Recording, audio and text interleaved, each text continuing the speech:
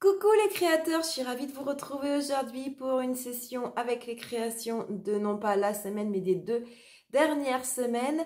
On prend son matériel et c'est parti. On commence avec un joli fond. Donc dans mon petit pot ici, j'ai de l'encre mélangée avec de l'eau, de l'encre à eau. Évidemment, c'est pris en accéléré. C'est juste pour vous montrer qu'il n'y a rien de prémédité. Je laisse couler dans tous les sens le liquide. Je fais tourner un petit peu comme je fais avec mes encres à alcool d'ailleurs.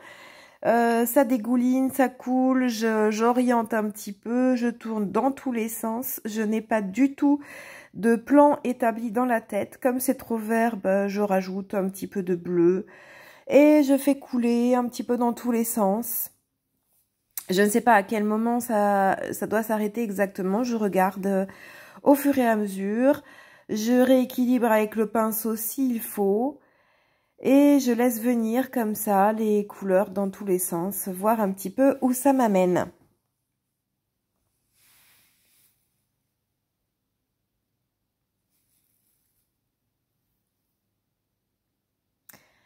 Un autre fond parce qu'il me restait un petit peu de couleur dans ma petite soucoupe. Donc je recommence encore avec ce fond vert. C'est pas du tout le même papier, c'est un papier plus fin, donc le mélange ne va pas se faire de la même manière. On le voit tout de suite avec les gouttes bleues qui ne circulent pas de la même manière. Mais c'est intéressant aussi ici. Le but c'était justement d'expérimenter avec un papier plus fin, voir ce que ça donne. Il est absorbé plus vite. Il a moins le temps de couler. Par contre, les couleurs sont plus intenses.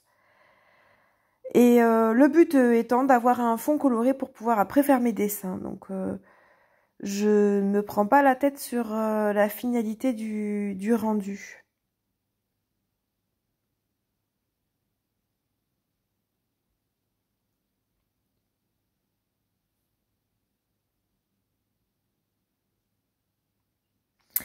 Une fois le fond sec, je commence à tracer un mandala assez simple, sans le rapporteur.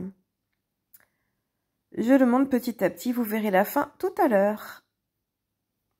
On passe à cette production-là. Donc, j'ai tracé un mandala en commençant par une rosace assez simple sur le centre. Et donc là, je filme la mise en couleur. Le tracé du mandala a été fait quand j'étais en vacances dans les Pyrénées, donc je n'ai pas filmé. Donc là, je filme juste la mise en couleur. Donc j'utilise mes feutres chouchou, les Stabilo Pen 68. Pour chaque petit motif, j'utilise 3 à 4 couleurs. Ou 2 ou 3, je ne sais plus.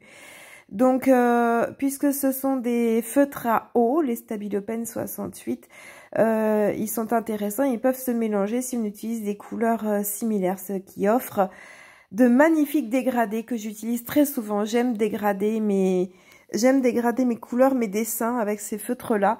Donc voilà, pour cette grosse zone, par exemple, j'utilise les 4 couleurs vertes différentes, en commençant toujours par la plus foncée, et puis je dégrade petit à petit jusqu'à la plus claire. On voit que j'utilise donc les couleurs dans l'ordre de l'arc-en-ciel. C'est vraiment quelque chose que j'affectionne depuis que je suis toute jeune. En fait, j'ai toujours aimé les arcs-en-ciel depuis que je suis toute petite. Et donc voilà, j'en mets un petit peu partout. Aujourd'hui, les arcs-en-ciel sont repris pour d'autres thèmes qui n'ont rien à voir avec mes dessins. Moi, ce que j'aime, c'est ces couleurs dégradées, c'est les arcs-en-ciel qu'on voit dans le ciel, les arcs-en-ciel que j'ai appris dans mes cours de physique quand j'étais en fac. Voilà, la décomposition de la lumière blanche avec les couleurs de l'arc-en-ciel, tout ça, j'aime beaucoup. Voilà les couleurs de l'arc-en-ciel. Alors là, les couleurs sont un petit peu différentes parce que c'était un coloriage de nuit. Donc la lumière artificielle modère, altère un petit peu les couleurs. Je mets également en couleur ma rosace au centre. Donc là, j'utilise 4 couleurs, je pense, 3 ou 4 couleurs pour pouvoir dégrader. Encore une fois, ce sont des feutres superbes pour ça, pour dégrader. Voilà, là, il y a 4 couleurs. Et on ne voit plus les marques de chaque couleur. On voit vraiment un fondu, un dégradé que j'adore. Le but étant de faire le rappel de toutes les couleurs que j'ai utilisées avant.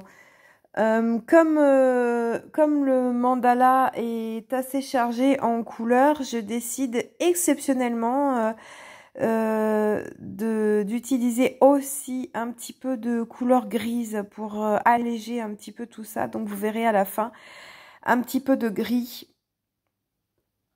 Là, pour les petits cercles qui font tout le tour, là, qui composent le cadre, j'utilise 2 couleurs dans chaque cercle. Donc, il y a une couleur commune à chaque cercle et je change à chaque fois. Voilà, pour avoir encore une fois ce dégradé tout au bord du cercle, tout au bord du cadre.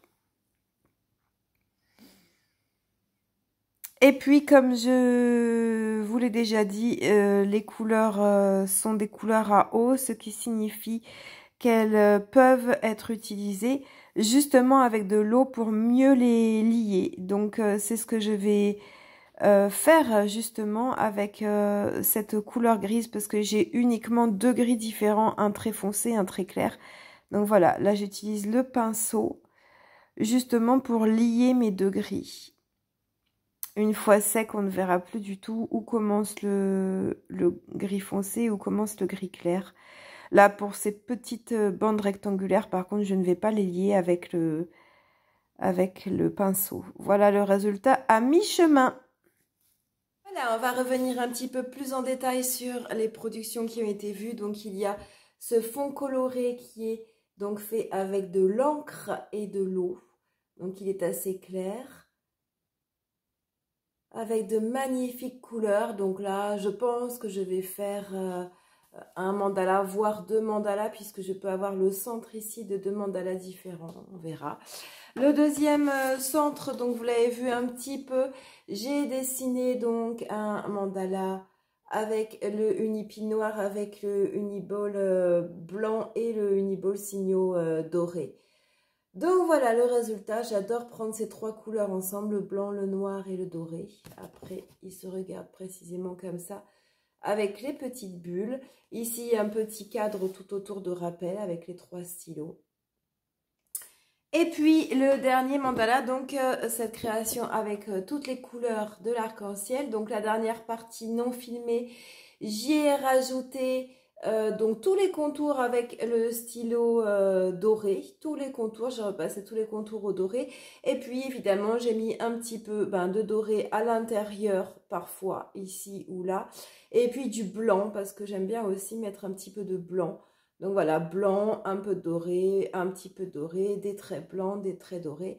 Et voilà le résultat final. Il est plutôt joli, assez chargé.